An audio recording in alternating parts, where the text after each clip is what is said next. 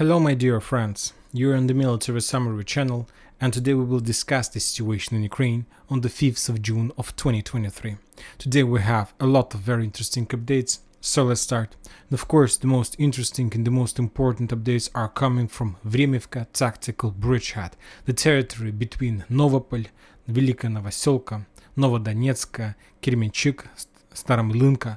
All these settlements is a part of Vremevka tactical bridgehead, where the Ukrainians yesterday on the 4th of June launched their first phase of greatest counter-offensive operation. And as a result of the previous day, they managed to achieve some success, and the sources were saying that Ukrainians were able to get such settlements like Priyutine, this small settlement that located on the south from Novodarivka. Furthermore, the sources were saying that Ukrainians managed to capture Niskuchina as a result of one of those attacks, and so on. But the Minister of Defense of Russian Federation reported today that as a result of small counter-offensive operation that the Russians made during the previous night after the Ukrainians' counter-offensive operation, the Russians managed to restore the control over Novodarivka, and they pushed the Ukrainian position, the Ukrainian forces back to Novopol. Furthermore, the Russians restored the control over Niskuchina, and they pushed the Ukrainians back from that bridgehead as well. And the Minister of Defense reported that as a result of those fightings, as a result of the first wave of Ukrainian greatest counter-offensive operation, the Ukrainians lost around 300 soldiers, 56 armored vehicles, including 16 tanks. The sources were saying that Ukrainians still haven't lost any of the Western tanks like Leopard or Challenger. This morning the Ukrainians continued their counter-offensive operation, and today we got more details about the forces, about the structures, about the directions, and so on.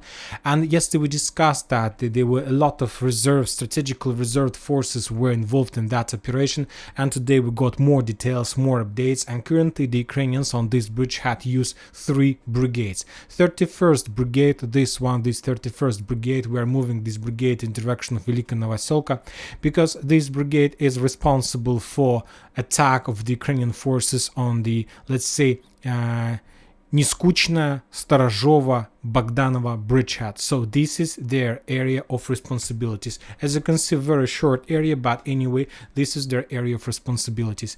Another brigade that took part in this counter-offensive operation is 23rd Mechanized Brigade, and the Russians are saying that this brigade is responsible for the area from Novopol to, let's say, Niskuchna. So this is yellow line is their area of responsibilities. And today we got updates about another brigade that was redeployed in this area, and we are talking about 37th Marine Brigade. This 37th Marine Brigade, based on the most of the maps, were located in the vicinity of Odessa. This is newly created brigade with new modern weapon, and today, for example, we got a lot of updates, a lot of photo confirmations, and some, let's say, verbal confirmations, words confirmation that the tanks like Challengers, like Leopards or the France AMC tanks were spotted in the vicinity of Zolotaya Niva on this bridgehead, exactly on the area of responsibilities of that 37th Brigade. So this is the area of responsibility of that brigade. And the Ukrainians made attempts to attack and penetrate the Russians' defense orders along these 3 areas of responsibilities. The Ukrainians were trying to return control over Novodarivka this morning after yesterday successes, but as a result of fierce fightings, the Ukrainians were forced to step back on this area. They were completely defeated, and they couldn't return control over or establish control over Novodarivka. So currently the Russians saved control over this area. Furthermore, the Ukrainians were trying to attack the forces of 31st Brigade, were trying to continue advancing in direction of Niskuchina in this area, and as a result of that attack, those attempts, the 31st Brigade lost around 250 soldiers, 16 tanks, and 24 armored vehicles, including Bradleys. So Bradley is the type of Western weapon of the United States, as I remember, or or the Germans won. So they were defeated and were forced to step back, and currently the Russians saved control over Niskuchna.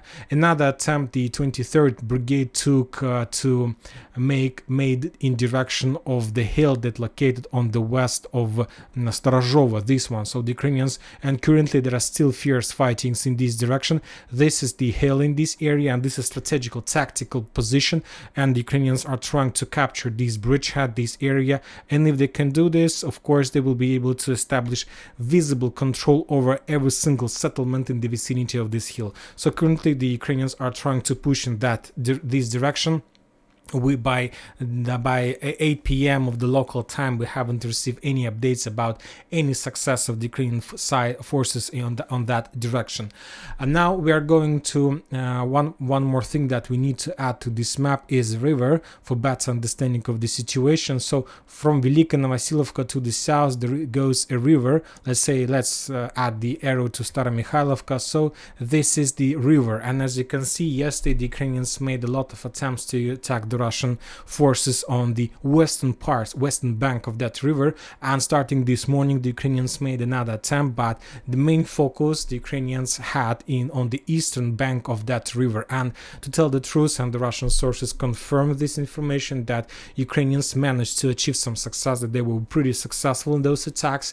And the first updates were received by somewhere by noon time, that Ukrainians, as a result of attack of tanks of 37th Marine Brigade, managed to penetrate the Russians' defense orders and to enter the northern part of Novodonetsk. This very small village, just a few buildings, and that's it. But anyway, that was a very important position of the Russians, and there were very fierce fightings, but as I understand, those fightings took just a few hours, and the Russians reported that as a result of that attack, as a result of the first wave attack, the Ukrainians captured the northern part of that settlement, and later we got reports that the first Leopards were spotted in that area without any photo or video confirmation, and somewhere at the 4 or 5 p.m. of the local time we got update that the Russians were defeated in that area and were forced to step back in direction, as I understand, of Kremenchuk. And as a result of that attack, the Ukrainians managed to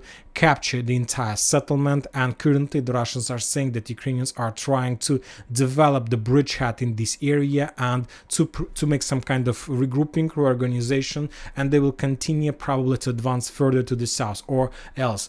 And the thing is that yesterday we had the same updates from the Ukrainian side, that they managed to capture settlements like Niskuchne, like Novodarivka. Furthermore, the Ukrainians managed to advance further, and today we're the witnesses of the same situation. Currently the Ukrainians captured that settlement, and before the night comes, the Ukrainians need to create the bridgehead in this area, to create fortifications, trenches, and to hold these positions during the upcoming night counter-offensive operation from the Russian side. And if the Ukrainians are able to hold the settlement by tomorrow's morning, then we can say for 100% sure that Ukrainians will be able to continue holding these positions for more days than more than just one day. Furthermore, the Russians reported that 31st Mechanized Brigade in this area, after this brigade was defeated and after the attacks of that brigades were repelled in the vicinity of Niskuchna, made another attempt, but on the eastern side of this river, and as a result of that attack they managed to advance at least for 1 kilometer in direction of Oktyabrskaya settlement, but on this map this settlement has the title of Blagodatne, so in this direction. And furthermore, the Russian blogger as Ryber reported that Ukrainians currently are trying to create a bridgehead along this river. This is Kashlygach river, and after that, and currently they're trying to develop their defense line and their bridgehead along this line. They're moving a lot of tanks, a lot of armored vehicles in this area. Some sources were saying that Ukrainians were deployed up to 50 armored vehicles on this line, and if they are able to do this, because the sources were saying that the Ukrainians achieved success in Novodonetsk in the vicinity of Blagodatne, but there is another part of the front line along the river, and that Ukrainians were defeated along this river and were forced to step back. But probably understand this might be just a question of time, and sooner or later the Ukrainians will be able, using the Western tanks, to push the Russians back from this bridgehead. And if the Ukrainians are able to do this, of course the next step will be to attack the Russians using the broad front line attack, and they will attack every single settlement along the river. That river they will attack Blagodatne, they will attack Urozhaine, and of course the Ukrainians will continue advancing to the south in direction of Kremenchuk, and of course the Ukrainians will make the most important attack in direction of Stara Mikhailovka, this settlement, using the forces and tanks of 37th Brigade, and probably the Ukrainians will move the reserves of 1st Tank Brigade to the south as soon as they understand and realize that they managed to establish bridgehead in this area. So we'll see whether the Russians are able to do, because that was just the first day and today was the second day. Of course, we can't judge and we can't make any projections based just on those 2 days. We need to we need to wait more, because the thing that I'm trying to tell you is that all these attacks is very important from the Ukrainian side, from the Russian side, but there are two important factors that we need to keep in our mind. The first one is that we still haven't seen Challengers or Leopards on this front line, and the most important, we still haven't seen Challengers on this front line. Why I'm saying about Challenger, don't forget that the United Kingdom supplied and sent Ukrainians the uranium polluted shells, munition. So probably we might see the first usage of this type of weapon exactly on this Vremevka tactical bridgehead. Believe me, the Russians do have equipment to catch the signal and to catch the presence of this type of weapon on this front line. And the most important question I have: what the Russians are planning to do if the Ukrainians start using uranium depleted munition on this front line? What is going to be the answer and response from the Russian side to this action? This is a very important question. All these clashes is not important in comparison if the Ukrainians start using uranium depleted shells against Russian forces. Before this case, before this bridgehead, we were talking about that just like some kind of joke or some kind of topic to discuss with our friends. And today, this is the reality. The Ukrainians launched a counteroffensive, the Ukrainians start using Western weapon, and they do have uranium depleted munition. So we'll see what is going to be next. When talking about Zaporozhye front line, this front line is calm and stable. Yesterday there was few recos in combat in this area, but all of those attempts were repelled by the Russians. Today, I believe, probably at night they will continue doing some kind of reco in force, but for now the front line is stable, and the Russians expect the activation and intensifying of activity from the Ukrainian side within the next few days or even probably hours. Now we are moving to Ogledar. This front line is stable, no changes on the ground. The Ukrainians didn't make any attempts to attack the Russians in this area.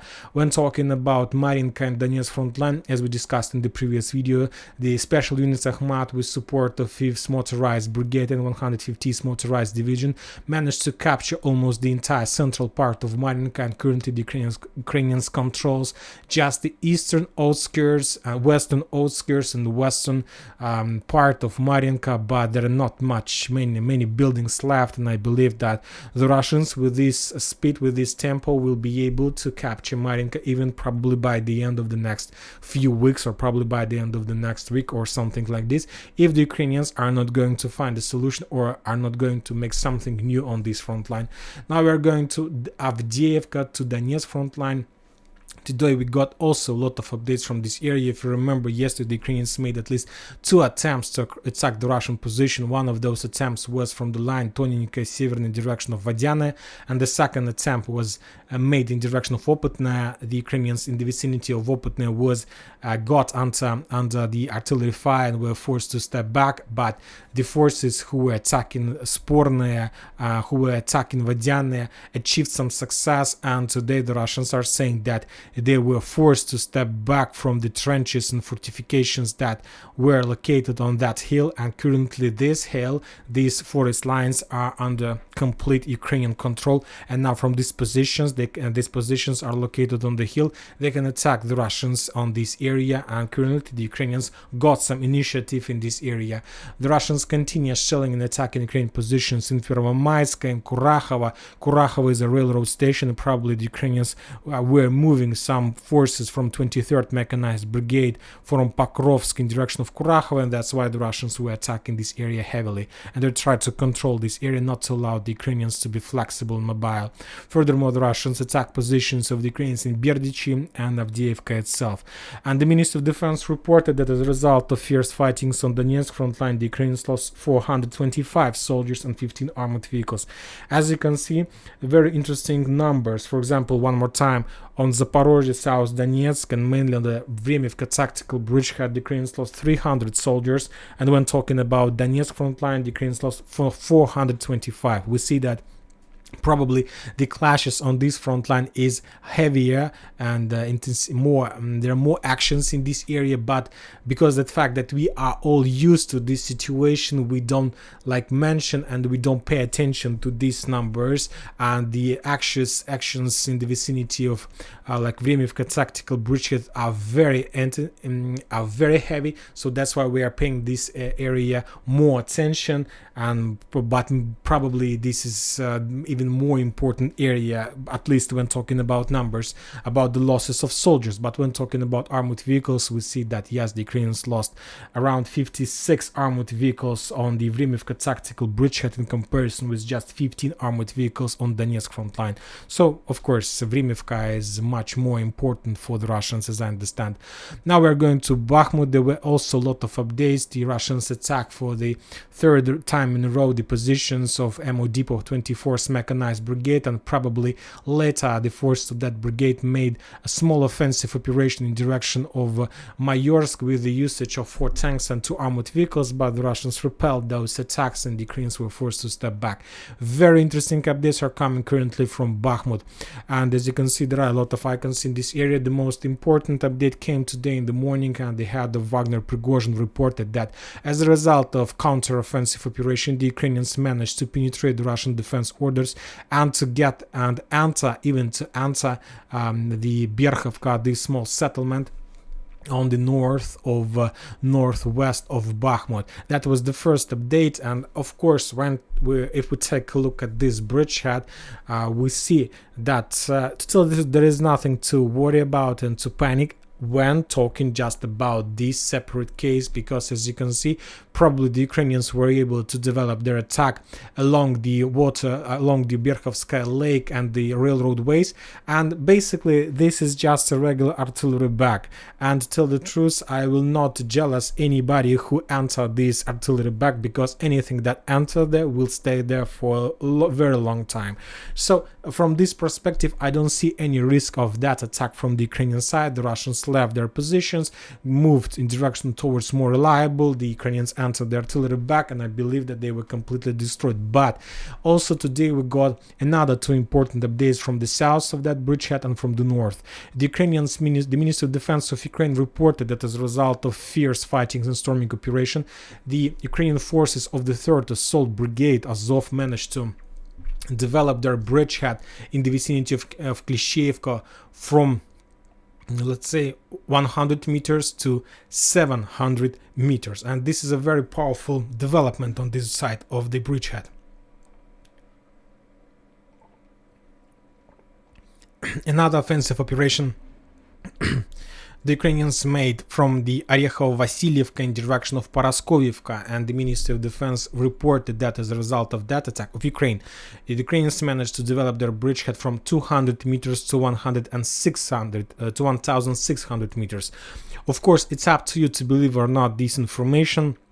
And if you ask me, I wouldn't believe this information, but the report from Prigozhin tells me that probably the Ukrainians made some attempts on those directions and probably they did achieve some success, but we need more time and to get at least some confirmation from the Russian sources. And believe me, if the Ukrainians were able to develop these bridgeheads on the north and from the south, believe me, the Russians would announce and tell us, the Russian sources, the Russian bloggers will give us this piece of information very soon. Now we are moving to entire Seversk Donetsk front line. The Russians report about attacking the Ukrainian positions in Druzhkovka. They destroyed another radar from the Ukrainian side that they were using for counter-artillery duels. The Russians attacked Ukrainian positions in Alexandrovka, in Zakitne, in Serebryanka, in Seversk, and Sporne. Furthermore, the Russians reported that another Su-27 was destroyed in the vicinity of Zakitne. And this is very interesting. Probably the Ukrainians were using either Dnipro airfield or, let's say, Mirgorod airfield to attack the Russian positions in this area, and that was like a heavy destroyer, and probably he was trying to attack the Russian Su-34 aircraft that currently are bombing the Ukrainian force in the vicinity of Bilogorovka, and probably on the way back home the Su-27 was destroyed in the vicinity of Zakitne. So, and this is the second Su-27 during this week, during the previous 7 days that Ukrainians lost during air duels or something like this. Now we're going to Kupiansk-Liman front line, and the Russians reported that the total losses of the Ukrainians on these front lines were around 155 soldiers, 7 armored vehicles, and 7 artillery systems. As you can see, the level of losses is normal, is stable, and the only interesting update is that the Russians, according to the Riber blogger, managed to cross Oskol River and to capture the settlement Novomlinsk, this one. And currently the Russians do have bridgehead from the south and from the north and from the east of Dvorechna, and they can start encirclement and storming operation of that settlement. And this very important settlement, and using this bridgehead, of course, the Russians later can develop their offensive operation of encirclement operation of Kupiansk, of course, and encirclement operation of Ukrainian forces that are currently located on this bridgehead on the north of that arrow that the Ukrainians are using for bombing and shelling Shebekin and Belgorod region. And furthermore, the Russians reported as a result of borderlands clashes in the vicinity of Novotavlazhanka, the Ukrainians lost 10 soldiers. And the Ukrainians continue making photo and video confirmations that they control the southern part of Novotavlazhanka. So we'll see that the situation in this area develops in a very negative way. And the Russians published video and photo from Shebekin, and currently this is the ghost town.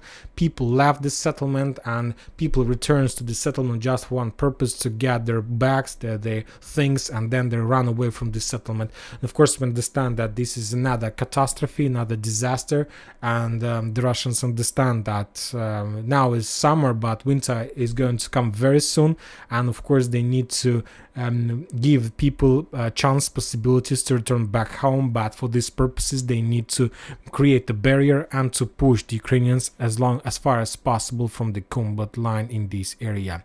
And that's it for this video. Military Summary channel reminds to condemn any violence in Ukraine. Thank you for watching, subscribe to my channel, put your likes, join my Patreon, and have a good day. Bye bye.